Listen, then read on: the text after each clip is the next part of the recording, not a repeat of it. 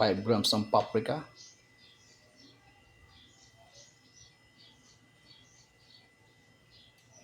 Yo, sakto, di ba?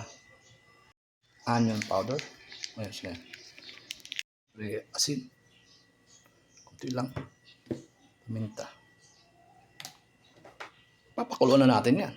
Para sa barbecue sauce. Diyan na natin pakuluan. Simmering ba?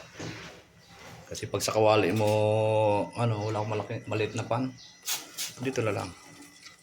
Habang pinapakuluan na halo-halo. Para maghalo-halo. Sarap siguro maghalo-halo ng tag-init. Init eh. Pag kumulo, luto. Yung paghalo kahit balik, reverse and burst. Wala namang problema dun. Ang importante yung mahalo mo yung mixture. Yan yung garlic powder na buo. Pag tunaw ng asukal, okay na. Hindi naman salain para mawala yung garlic powder na buo.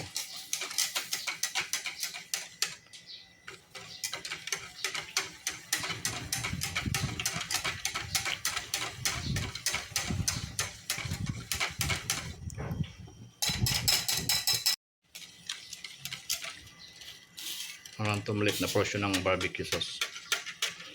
Maliit na yield. Siya pwede naman mabenta yung barbecue sauce. Ayaw nila ng barbecue sauce.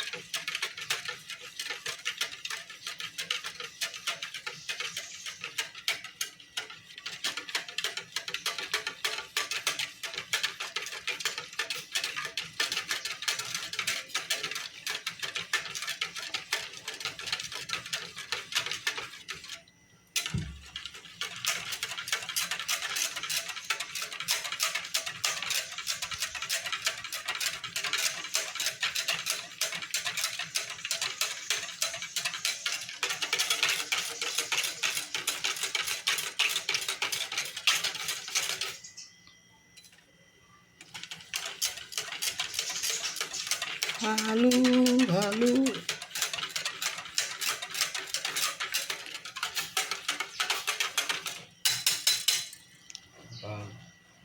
Medyo malapot na siya.